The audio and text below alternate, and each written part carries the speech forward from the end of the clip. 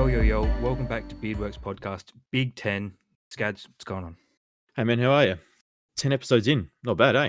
Yeah, 10 weeks. It's a school term. Yeah, it's been a good ride so far, and we're just going to keep powering on. So, what's our topics for today, man? Well, you know, I'm a big fan of Spawn. We talk about a lot of superheroes, but we've never really talked about my favorite, Spawn. Good character. Really dark, kind of backstory as well. So, I mean, yeah, you kick it off there, man. So there's been a lot of talk about Spawn recently. The comic is still going. It's the longest running single publication of one hero by one person. So it's up to issue 309 next week or the week after it comes out. And they had the Spawn reveal, or he's been out now for a while in Mortal Kombat. That was a really sick trailer. I know you enjoyed that. Yeah, that was I love that trailer. I don't know how many times I've watched it on YouTube, but yes, I just love it. It's such a cool trailer. Music's really good. And yeah, the Spawn design in that, obviously with the Mortal Kombat loadouts, you can have different designs, but yeah, they all look really cool in Mortal Kombat. Yeah, you haven't read much of the Spawn universe, but yeah, we're touching on the costumes. There are so many iterations of Spawn. There's like medieval Spawn. There's the Curse of Spawn. There's like commando ones. There's gunslingers. Like Spawn's had a million costume changes, and I reckon the DLC is going to kick off with all that customization. It's perfect for Mortal Kombat. He's so brutal and looks wicked. Surprised really he hasn't cool been in there character. for years. Yeah, for sure. But yeah, we thought with all this hype around Spawn at the moment, because you're new to the character, we'd go back and read volume 1. I know you've done the first 4, I've done the first 6. So yeah, what are your snapshot first impressions of the character? So obviously the origin of Spawn is widely known for anybody that loves comic book heroes. And the way he's sort of portrayed in these comics and various other I don't know, entertainment kind of stuff. First, I understand his origin already, but yeah, to actually have like a panel by panel read through of actually like, how he actually comes into the world is actually really cool, because he obviously doesn't have a full extent memory of what actually happened in his past life. And the time from when he became Spawn to when he died was a bit of a period of 5 years, I believe. Yep. So yeah, I think the aspect of him not knowing exactly what's happening and what's going on, it sort of just throws you in there and thinking like you're in a bit of the dark as well. But yeah, overall, like the very first villain that he sort of faces off against, the Violator. The clown. Yeah, when I first saw him, I was like, this is a very interesting character. And then I saw his altered form, and obviously that's a bit more of a horrific kind of thing. But I just love that little panel when obviously there's a bit of a build up of the Violator killing a bunch of people, ripping out their hearts. But the scene when he actually rips out Spawn's heart and he just drops, and he thinks he's dropped dead, and then just for him to get up and turn around, it looks so cool. Like just a cool little panel, that one. Yeah, all the ectoplasm that Spawn's got, that's the green stuff, like the green energy he's got. It looks so sick when he just like puts himself back together or starts like his eyes kicking off green. It's really sick. Yeah, the Spawn is a really cool character, and like I said, there's many designs of him and iterations of him, and so it doesn't matter which one you do, because his powers are so vast and varied as well. So it's just a really cool design, like you said, like the ectoplasm and stuff. But that one panel, like I just said before, like the one where he gets his heart ripped out, and then he turns around, the Violator turns around and seeing him standing up. It just looks so cool. Like Spawn is an awesome looking character. Yeah, I'm a Marvel fanboy, have been my entire life, but I would say Spawn's probably my favorite hero just because I don't know, it's Marvel's brutal, but like Spawn's a bit different in like the brutalness because it's a bit more dark. It's like devils and hell stuff and like spoiler if people haven't read, in issue 5, he kills a guy called Billy Kincaid. And if you don't know who Billy Kincaid is, he's like a child murderer, pedophile kind of guy. And the way Spawn kills him, I'm looking at the picture right now. He's strung up with chains. That's Spawn's main weapon, is chains. And he's got like a ice cream stabbed through his heart. So yeah, it's kind of stuff that Marvel would never really touch on, is something that dark. But obviously Spawn's wife has a kid, and Spawn kind of feels responsible for looking after him. And then he hears there's a bloody child murder out there. It's not going to end well for him. No, that's awesome. I can't wait to get to that issue. I'm obviously just behind you. But yeah, no, obviously his character's a real dark seated kind of character, and like obviously his origin story his powers come from something really sinister. So to see him using his powers for for good in ways, um, is just really awesome. And like you said, the chain that his ability with the chains is awesome as well. I remember when I forget what it was on, but it was on YouTube. I forget what channel, but it was like a little live action Spawn trailer, and it had this really cool scene with a kid in a lolly shop, and he was wearing this charm, and apparently, there's something I can't remember exactly what it was, but his mother was a witch or something like that, and so she Oh, was, I vaguely remember that. and so it shows this kid in the lolly shop, something happens, and he's told to take the charm off, and as soon as he takes the charm off, he goes into like the alternate world sort of kind of thing, or like a demon's like trying to lure him. And then it's like just shows Spawn behind him. It's like get back, and like these chains come out, and then it just shows him saving the boy, and he's like, "I need to speak to your mother." And he goes, "Lucifer has returned," or something like that. Jesus, oh, yeah, And that was I gotta so rewatch it. hyped. That was sick. That was really cool. It's just that really dark and gritty kind of hero. So, awesome, awesome character. So, I mean, you plan to read the whole issues, like the whole series so far, up to 300. Yeah, I've got I don't know. I got a weird volume off eBay. Mine is issues 1 to 8, and then there's no 9 and 10, and then I got 11 and 12 in one book. So I don't know. I might have 9 and 10 online because it's weird that this like physical book I'm holding doesn't include it. Maybe 9 and 10 was like a bit of a spin off or not relative to the story. I don't know. Yeah, because I know Violator did get his own comics at some point, but I don't know how early on that was. But It'd yeah, be interesting. I mean, I'm keen to read on a little bit further and see where it goes. Obviously, you're more of a comic nut than I am, but and obviously, Spawn is your character, your one character that you love to stick by. yeah.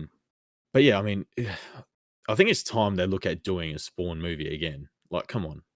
Well, actually, last year or really, really early this year, Todd McFarlane actually announced that there's a reboot in the works, but I'm not sold on who they're getting to play Spawn. Because Spawn's Who? obviously like a black guy, but they're getting Jamie Foxx to be Spawn, apparently. Yeah, I don't know. Like, mate, is he too A list? If you know what I mean. I don't know, because the original Spawn movie, that holds like a near and dear spot to my heart because that was just like a childhood, like it was one of my favorite heroes, and there was finally a movie. It's got some of the worst CGI you've ever seen. It's disgusting, but it's good. But they had the actor Michael Jai White, Yeah, he's fully pretty good. jacked, shredded, but he's kind of off the beaten track of actors. So he fits Yeah, the role because he's meant to be a bit unknown. he's a bit of a B-roll Jamie actor, Foxx, pretty much. Jamie Foxx has got the wrong vibe for Spawn. Jamie, I think Jamie Foxx. Yeah, I don't Great know. actor, not Spawn Yeah, though. I reckon they could definitely go for like a B list actor, or maybe someone that's not super well known, and just have like a really good story. Because realistically, I mean, CGI has gone that far in like, advanced now that they can make a semi decent like suit. You know, not like Green Lantern kind of esque, but like a proper Spawn kind of looking suit. But you also want to have that kind of a good character, and the one who actually plays, the main lead actually be a good actor. And I think sometimes people get hung up on having big A-list actors as those heroes. Like one thing that always stand out for me was that, and I wasn't sold on it, but now I'm okay with it, which was what's the name? Superman who played Geralt. Oh yeah, Henry Cavill. Yeah. So obviously when he said that he was keen to play Geralt, I was like, I could see other actors being Geralt. But when he came out, obviously him having such a close connection to the Witcher series because he's read the book, so he played the And video he's just a games. hectic gamer. Like you saw that video Yeah. the other week where he built a PC. That's pretty funny. Yeah, so like obviously him coming into it, obviously he was giving his heart and soul, and he wanted to give back, to the fans of the series. So I mean that's okay, I can understand that. But sometimes I feel like they've just gone a bit too far with some of the you know, direction with some of the actors they've made as superheroes that probably just don't fit the bill. That's why Blade worked so well back in the day because Wesley Snipes was famous, but still not super famous. It wasn't in every movie like The Rock. Yeah, I Oh don't know. gosh. Hopefully they do a good job, but yeah, Jamie Foxx, I'm a bit up in I'm the air about. Yeah, I'm not 100% sold on that, and that's the same as I wasn't sure about them recasting um what's Oh, Mahershala Mahershala Ali as Blade. as Blade. I'm not sure if he's the right kind of build, if you know what I mean. He's going to have to do steroids for the next 27 years to even be 1% of Wesley. Like, I feel he's a bit like lanky, if you know what I mean. Like he's tall. He's He a has the great, wrong frame. He's got the wrong yeah. build. he's a great actor. Don't get me wrong, but Oh, yeah. I just don't feel like he's the one. Like obviously Wesley Snipes was a little bit shorter. He's a bit stockier, so he actually looks like he's a vampire slayer as well as a vampire. Whereas Mahershala is like just a bit more of a taller and a great actor. Like don't get me wrong, these guys are great actors. Yeah, But True Detective was pretty good with Mahershala. yeah, but going back to Spawn, anyways, how cool would a Spawn game be? Like R-rated Spawn game? Yeah, I played one back in the day on like the original Xbox. It was just like a hack and slash God of War kind of style. It was Oh yeah, very good. But we never got anything else. That was it. Until now, we got Spawn in Mortal Kombat, but that's a bit different. yeah. Unfortunately, it all depends. Like they could do something similar to like I keep saying like Batman Arkham Origins or Arkham Asylum, Yep. and just have like really gory aggression, and have it a bit more have it open world, so like Spider Man is it like the Spider Man PS4 game. So Yeah, Spawn game that was open world in like New York City, and then you get to like go to hell, and like you could fight Malbolgia and Violator and all of that in hell. yeah, That would be sick if you could like imagine like Dante's Inferno going through the 9 rings of hell all the way to Malbolgia. as For people Spawn, that don't know, Malbolgia is the devil in the Spawn universe, the one that controls everything. yeah. And speaking of I just brought it up, Spider Man PlayStation exclusive for the Avengers game. Oh yeah, I predicted that, didn't I, a couple weeks Yeah, ago? you did. I can't. I don't know. I'm baffled by that. I guess I can understand, but is it going to be the same Spider-Man that we've seen in the Spider-Man game? I'm guessing Guaranteed. because obviously they're going to expand on the universe, sort of like the movies have. I'd love to see an open world Iron Man game, but I think that'd be a bit one dimensional. If you think, if I know, oh, I guess with the customization, it'd be kind of cool. But Yeah, I don't know that Spider Man. They've already got the assets made from the PS4 game. They're going to reuse them. yeah, and And so there's the Avengers Tower in the Spider Man game. yeah, yeah. So yeah, I don't know. I'm hoping they just really do well with the Avengers game. So, I mean, I haven't. I know there was gameplay has been released for some YouTubers or content creators, or they've obviously received a copy and now they can release it because it's like about a month until that game gets released. So to build the hype, they put it yeah, it out was a there. closed beta. I'm pretty sure. Yeah, so I'm keen to watch that and see how what people think. I saw some reviews, people saying that it's gonna be quite bleak, but I'm still keen on it. Anything with Avengers is always a bit of a spectacle. But yeah, we're going on too many hero tangents. Spawn. Yeah, I'll just give a brief overview of what Spawn's backstory is because we've talked about it, but people just probably don't know what's going on. Spawn was the world's best assassin, military dude. He worked for a guy called Jason Wynn that was hyping the government. Malbolgia, the devil, wanted Spawn to lead his army because there's an ongoing war between heaven and hell, earth. Like, it's just a constant battleground. So Jason Wynn kills Al Simmons, which is Spawn. Spawn goes to hell, makes a deal with Malbolgia to go back to Earth. Like, Spawn agrees to lead the army if he can go back to Earth and see his wife. But like making a deal with the devil, it's never as good as you think. We've seen all of that in Supernatural a million times. yeah, true. Um, so yeah, he goes back to Earth, but he doesn't realize it's been 5 years, and Malbolgia has taken his memory. Doesn't know who he is, doesn't know who his wife is. All he remembers is he's got a wife and he's got to get back to her. And that's kind of where the story kicks off. Won't really go into much more of it because I recommend people read it because it's very good. But yeah, that's the brief overview of Spawn. Super brutal, amnesia demon shit. It's sick. And he looks awesome. Yeah, he's just like the best mix of Spider Man and Batman, and I don't really know how to explain it. He's black and white with a giant red cape that's alive. Yeah, sort of like Doctor Strange's cape, but not to that kind of extent. It can expand quite a large amount of area, can't it? Yes, his can make him fly. He can like go against walls, and it can like camouflage him, and it can attack and keep him warm. I don't know. He's from hell. That's it. And I think if you are interested in comics and if you haven't read Spawn, definitely have a look at it. It's a different kind of aspect and it's a dark and gritty world compared to like the light-hearted other comics. But speaking about demons, Demon Slayer, Nick, Yeah, the next anime. topic. Have you enjoyed that? What have you watched the first 7 episodes?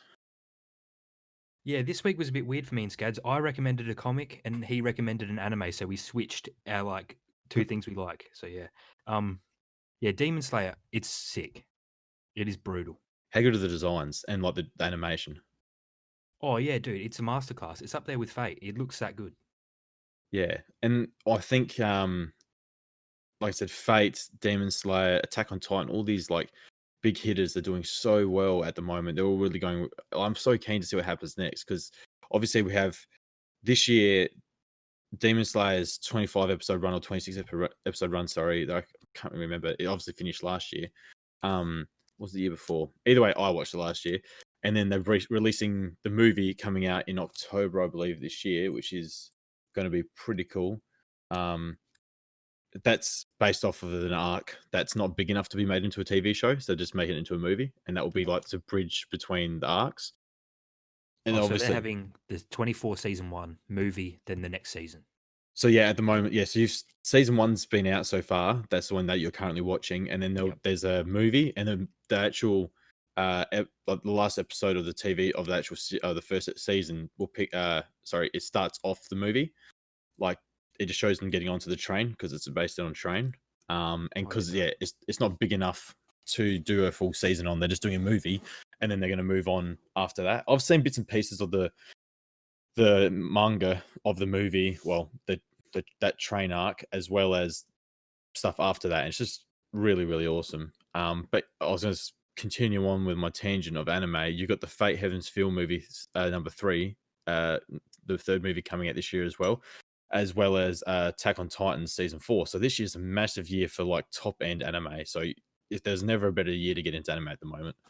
But yeah, back to Demon Slayer. What are your thoughts so far on the story? Well, when it started off, I was like, oh, this is just another generic anime where there's monsters and a dude just killing them. But like, it gets into like all his training and all like the spirits and stuff. And I thought it was wicked. And like, he's got his sister in a box with him the whole time. Yeah. So it's like a bit of weird kind of dark humor, but like the scene the where he gets his sword and he grabs it and it turns black. I was so hyped. Yeah, and you've obviously seen the first kind of his first contract kind of kill out once he's become a demon slayer. Is Tanjiro, that his name is. is that the Um one where he versus like they can like split off from each other and they go in the ground and stuff? Those yeah, like yep. triplets, yeah. Yeah, for Yeah. people that haven't watched Demon Slayer, the demons, they're not really demons. They're more like vampires with powers because they look like Each people, but just like a bit hectic. And they're but like, that yeah, they eat people. yeah, and they all have their own like little abilities, which is kind of cool. It's not like a standard um anime where you're just killing monsters. It's more that every single vampire they face has an individual ability. Um and yeah, it's just really cool. Like the combat is really awesome. The animation's top tier, and the music is solid as well. Like the whole anime as a show is so good. And the good thing is they're not. I'm pretty sure.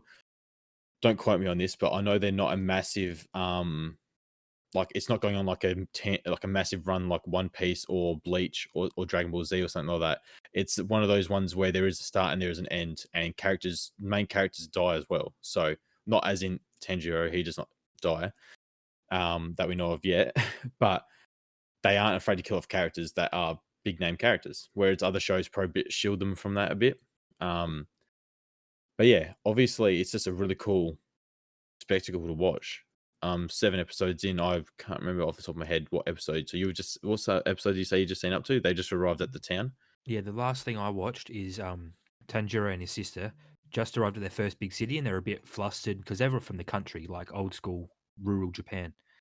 And they're like, there's crowds and stuff, they're freaking out. Then he catches a scent of the smell that would like killed his family. Yeah, And spoilers, this is like the big bad of the show, like the hectic first demon. And he just looks like Michael Jackson. yeah, he does. It's a funny design, but I guess that's the kind of world that they're in at the moment. There's a bit of westernized sort of like coming to Japan because obviously they've been in rural Japan, so So yeah, um his whole reason for becoming a demon slayer is to track this guy, and he's just bumped into him for the first time, and that's where it ended. Like I haven't watched any more yet, and you're seven but episodes like in. That's pretty crazy. yeah, 7. Yeah, No. I was shook when he bumped into him, and then the whole oh shit, it's him. But then he's got a family, so he's Yeah. like under the radar as a demon. Yeah, it's a very interesting story, and it does get explained upon, and yeah, it gets 10 times. It gets so much better from then on out. Like there's a towards the end of the back end of the season one, there's some really good fight scenes and really good animation, and it is. I can't speak of it highly enough. Like it's such a great anime, and so easy to watch. Like I binged it because I was just so interested to see what happens next.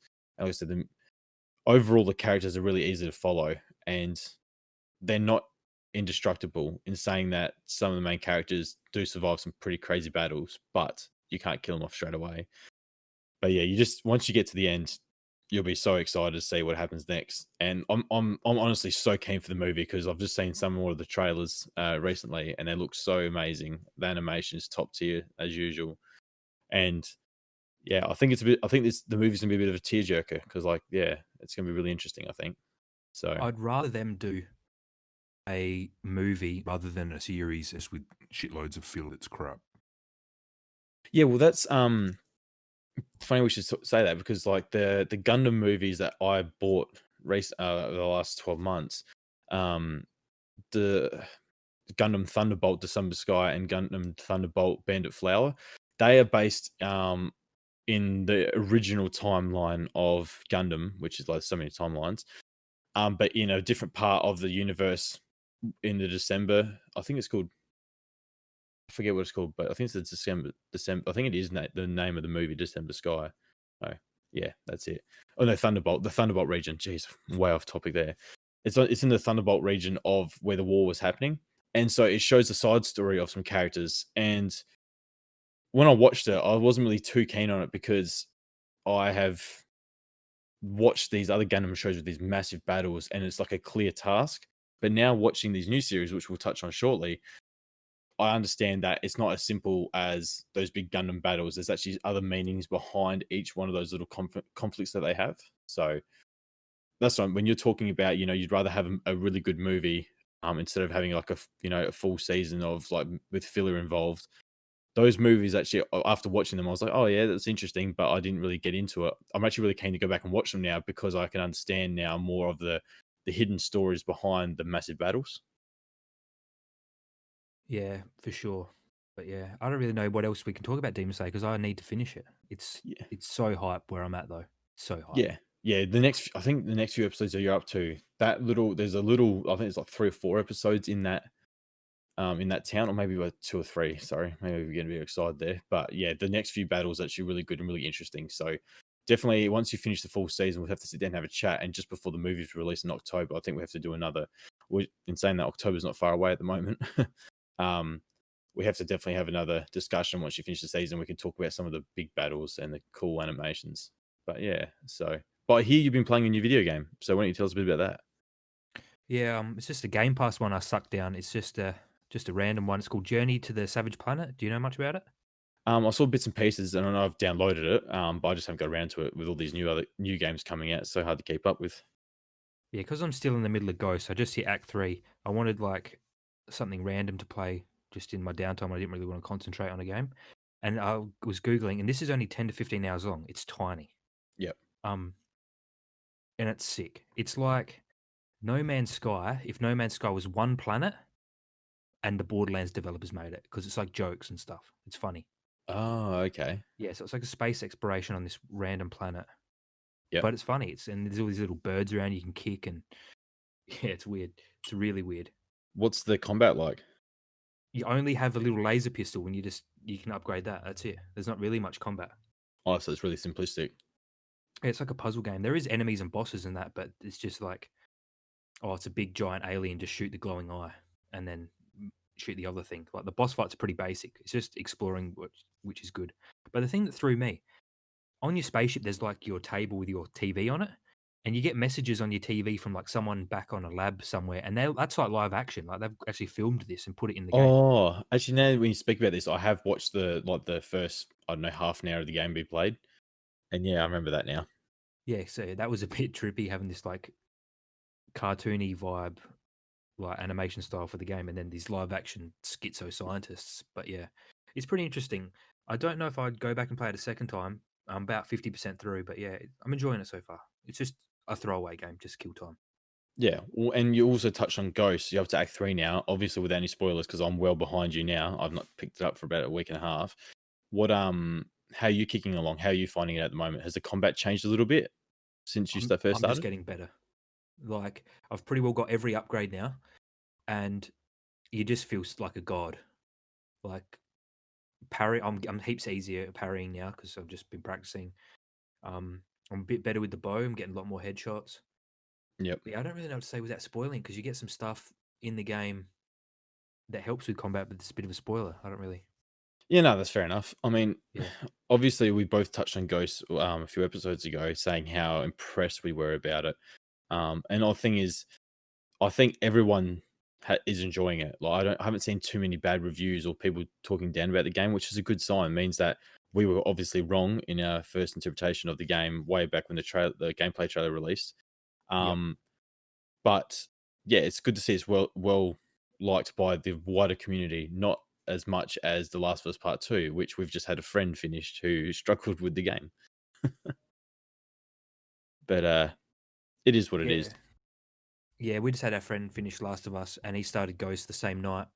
And I was telling him, I think Last of Us is better graphically, but Ghost is a better game. It's hard to explain.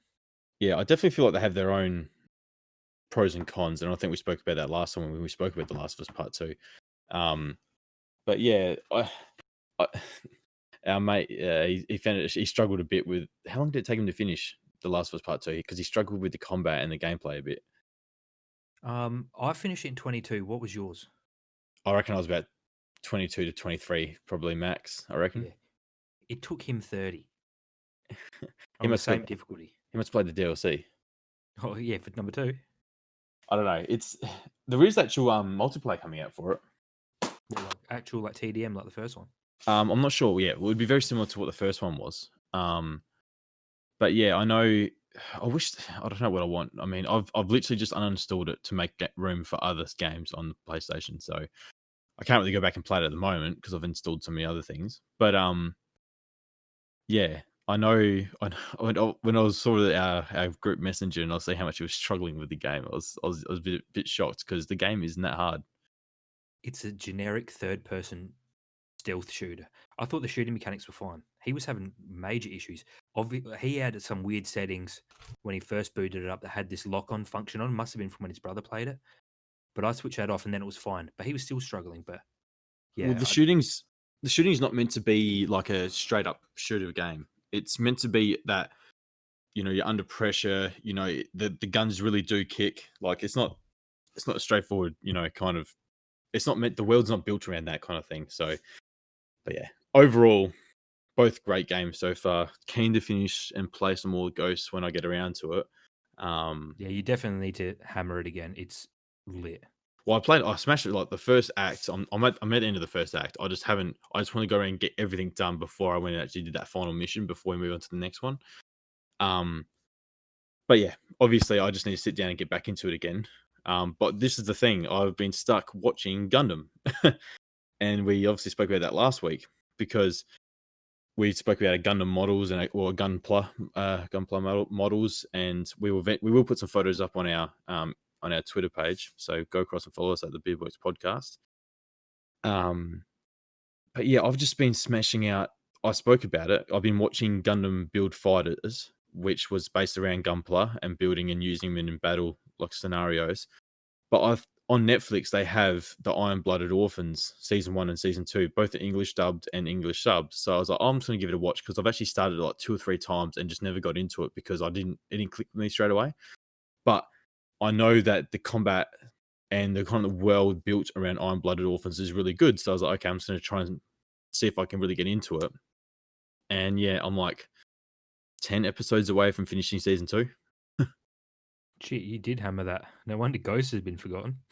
Yeah, it's for people that haven't watched any Gundam, there's a few Gundams that are easy to get into and to start with, so then you can understand the sort of the world. There's so many different timelines, so it's hard to sort of pick and choose which one's the best one. The original UC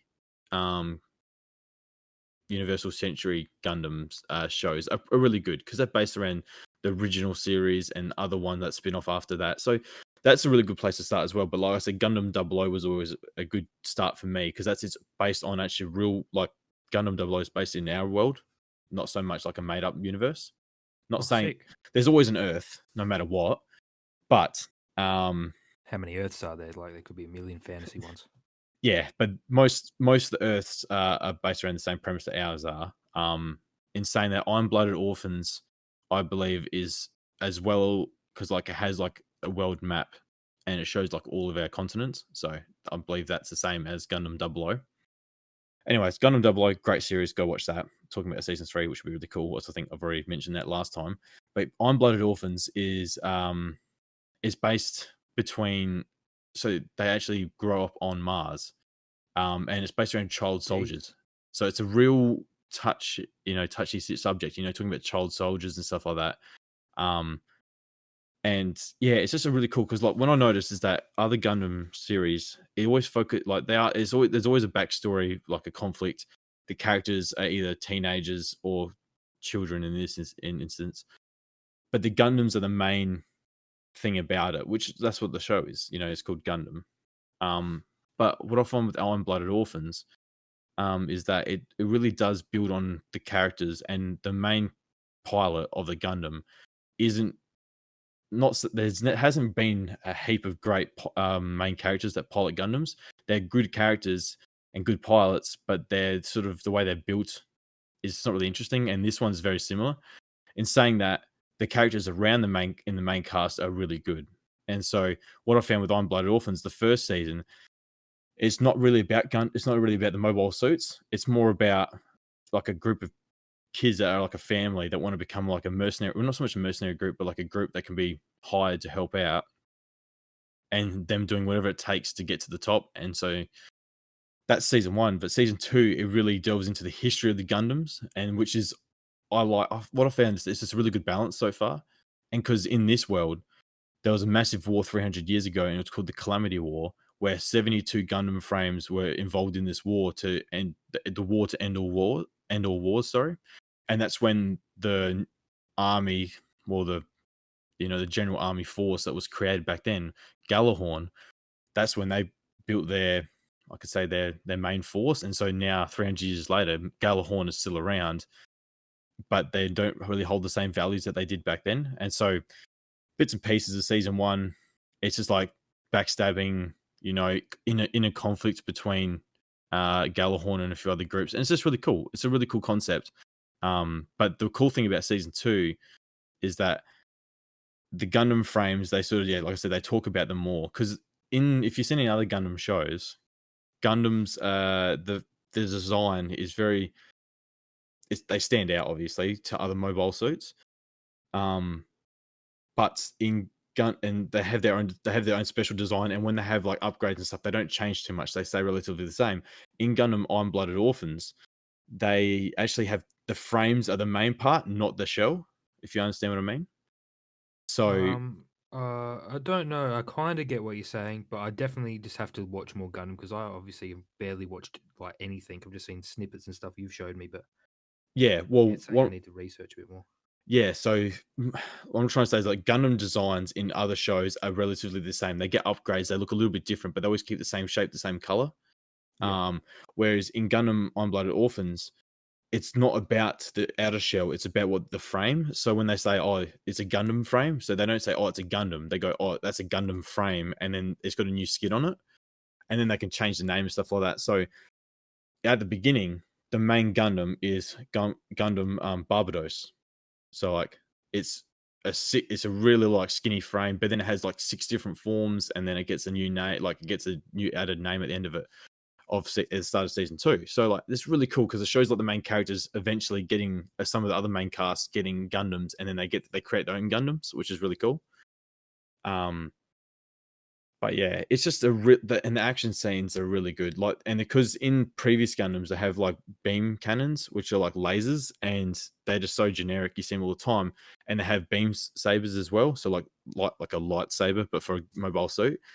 In Iron-Blooded Orphans, they tried to make it a bit more simplistic. So instead of having those kind of beam weapons, they just have like guns with massive shells, and their weapons are like samurai swords, axes, hammers, like just real like proper heavy steel weapons, not anything that's like a laser that can cut through. So yes, that's strange for them to go in that direction over the like tech kind of weapons. Well, it shows that because in other Gundam animes, like characters, or red shirts as I call them, get shot and blown up because the beam cannon can go straight through them. Whereas in this one, you get hit with shells and their armor's pretty strong, so you show them like getting like damaged properly, and bits and pieces falling off. And then when they get hit with the weapons, it's actually like a proper. They wanted to try and make it more realistic. Where say if they get stabbed through their cockpit, you see the blood come out on the weapon. Oh, that's pretty sick. So I wanted to make it more realistic, more grounded. So yeah, the weapons aren't lasers and stuff like that, or beam sabers and stuff. So there's some really cool fight scenes where like they throw their weapon and it's like just hits metal on metal and it just crushes the cockpit. It's just really cool. So that's my little tangent about what I've been watching. But for anyone that's got Netflix, please go watch some Iron-Blooded Orphans, like dubbed or subbed. It's up to you, because it's just a really cool series. Like I said, I'm about 10 episodes away from the season finale of season 2, and I think that's the final season. There are talks, I think they're talking about making a movie in the same universe, so that should be interesting. But yeah, the way they pilot the mobile suits in this one are a little bit different as well. That's a good thing about Gundam. There's such a great vast plane of different Gundams, so you can go jump in wherever you really want to and just pick up from there and watch it. You don't really have to start at the very first series. Well, that's definitely what I'm going to be probably hitting on Netflix after I finish. What is it called? Demon Slayer. Yeah, it's definitely worth watch. And I know I just go rant on it about it, but when I'm passionate about something like Gundam, it's such a great series. It's definitely worth a watch. And I know it's not going to be everyone's cup of tea, but yeah, giant mechs. I love my Pacific Rim, even though it's not the greatest stories. I just love giant mechs fighting. And then talking about giant mechs, Japan have just finished their first actual moving Gundam model. Yeah, I saw that. I'm pretty sure my dad even sent it to me. Yeah, it's a full-size Gundam. They had the original model that just stood there and it twisted its head and had lit up and everything like that. But they've actually just got a moving one completed. And I've seen bits and pieces of it's moving, and it's like moving its legs and stuff. It looks unreal. It's so surreal. I'd love to go there and see it one day once, the pandemic's gone. But yeah, that looks so awesome. Like, not in my wildest dreams that I thought I'd see a Gundam. I'm just waiting for a live action movie. That's my thing. Yeah, who would get to play a pilot? Who would you want?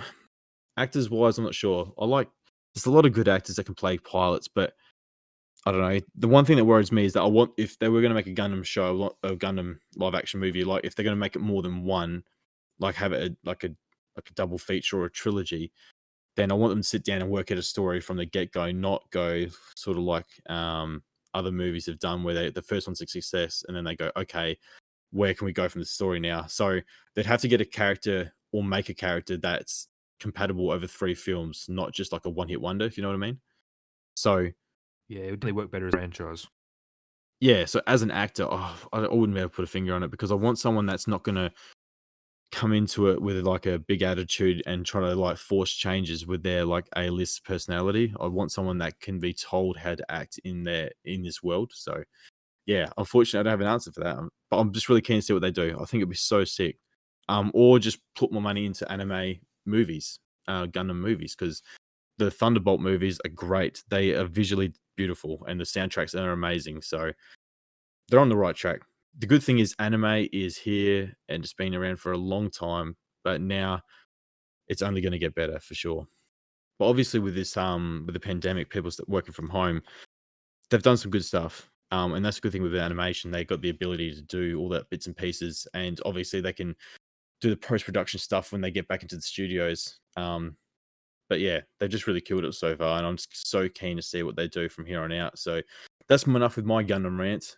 Thanks for listening. But definitely go give it a watch. Any Gundam series, but if you got Netflix, go watch the Gundam Iron-Blooded Orphans. Really cool little 50 episode, I think, 2-season thing. So that's it, man. I think we're done for the week. So please do the usual thing what we say. Please go subscribe to our YouTube channel. If you listen to us on any of our other platforms, which would be Google Podcasts, Spotify, Apple Podcasts, and we have also just submitted to go on to Amazon Podcasts, I believe, or whatever the streaming service, the Audible streaming service. So that's a little surprise too. But yeah, anyways, guys, thanks for listening this week. We'll be back in another week's time. So cheers, Nick. See you later, mate. Peace out.